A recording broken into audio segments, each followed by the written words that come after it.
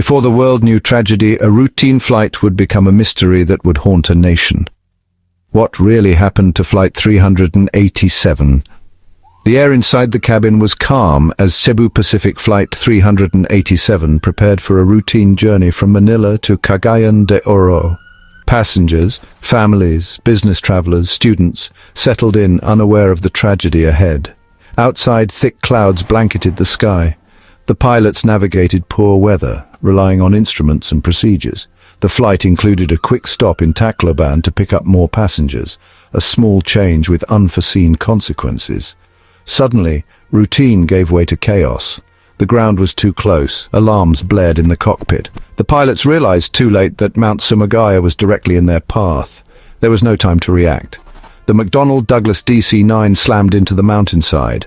On the ground, air traffic controllers waited for a landing that never came. The plane vanished from radar and silence filled the air. Families at the airport shifted from anticipation to dread as hours passed with no news. The sky had gone silent, and a desperate search was about to begin. The tragedy would haunt the nation for years. What went wrong on that ordinary day? The answer would take days to uncover, and the pain would last much longer. The story of Flight 387 was just beginning. In the coming days, the world would learn of a disaster shaped by weather, routine, and a single fatal error. The search for answers would test the resolve of rescuers and families alike. The silence in the sky was only the beginning of the questions on the ground. As the hours ticked by, hope faded.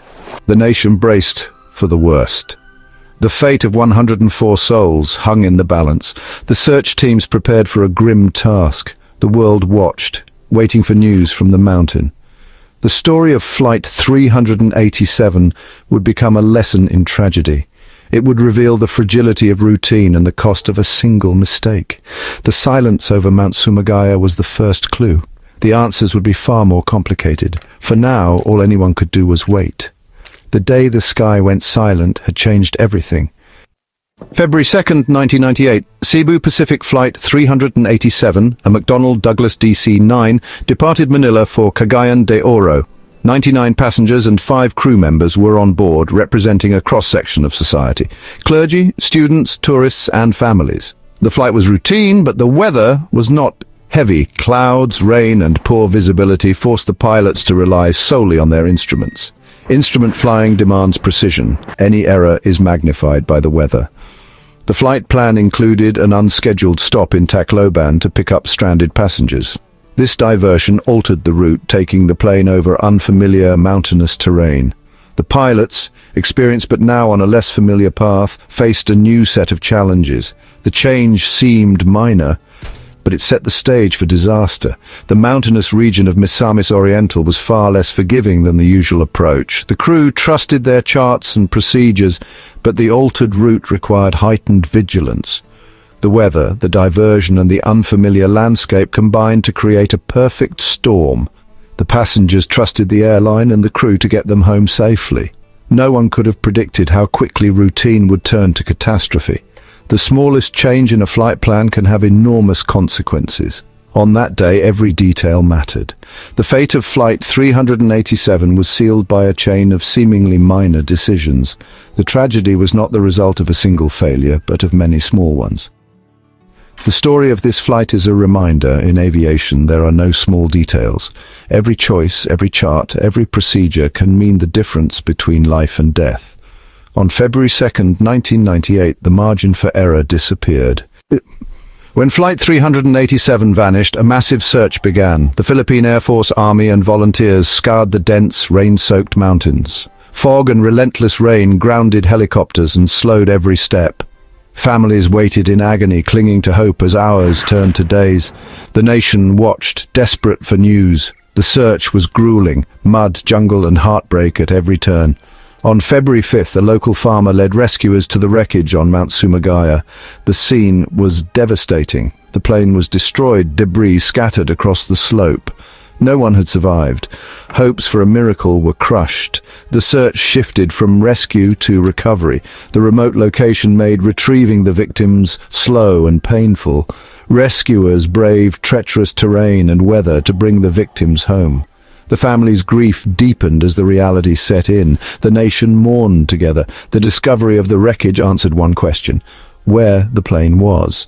But a bigger question remained: why did it crash? The search for answers was just beginning. The tragedy on Mount Sumagaya would demand a thorough investigation. The pain of loss was matched only by the need for truth.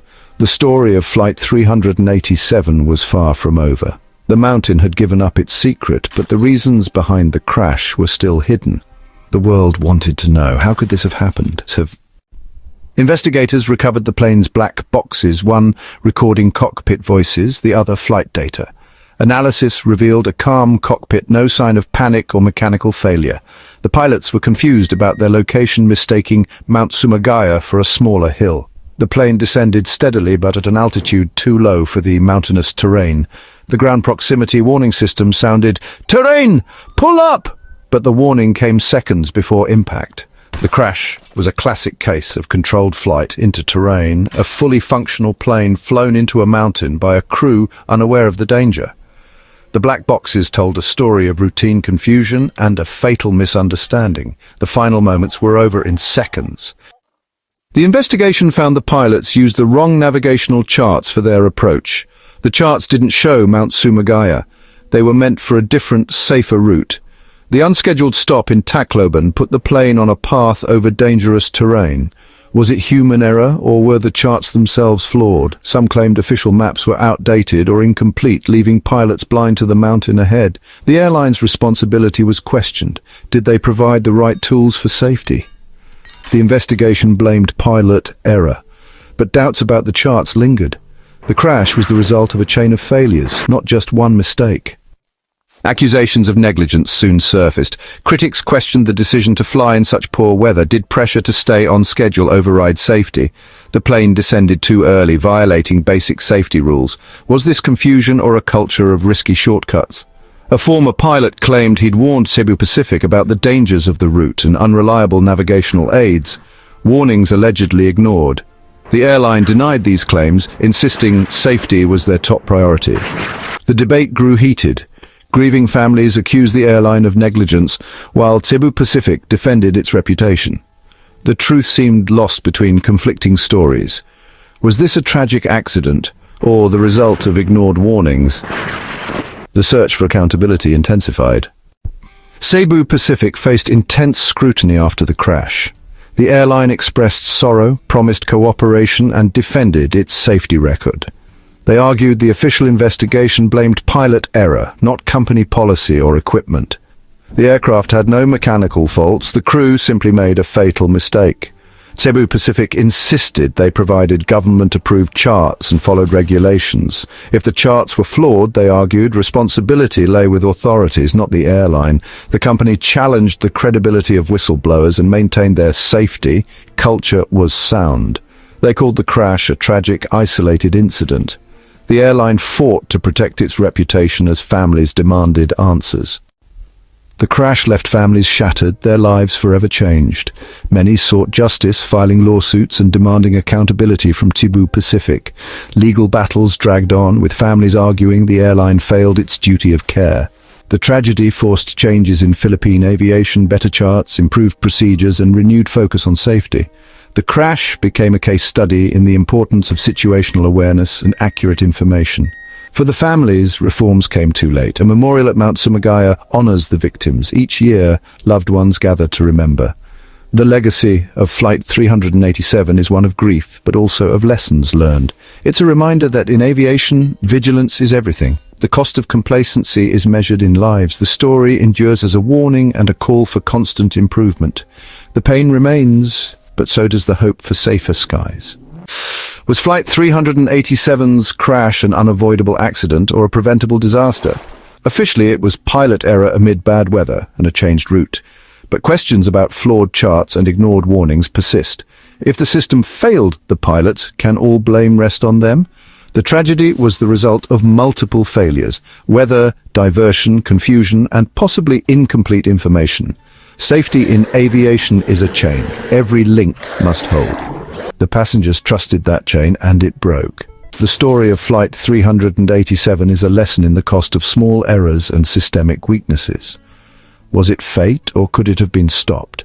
Share your thoughts below, and if you value these investigations, consider subscribing for more.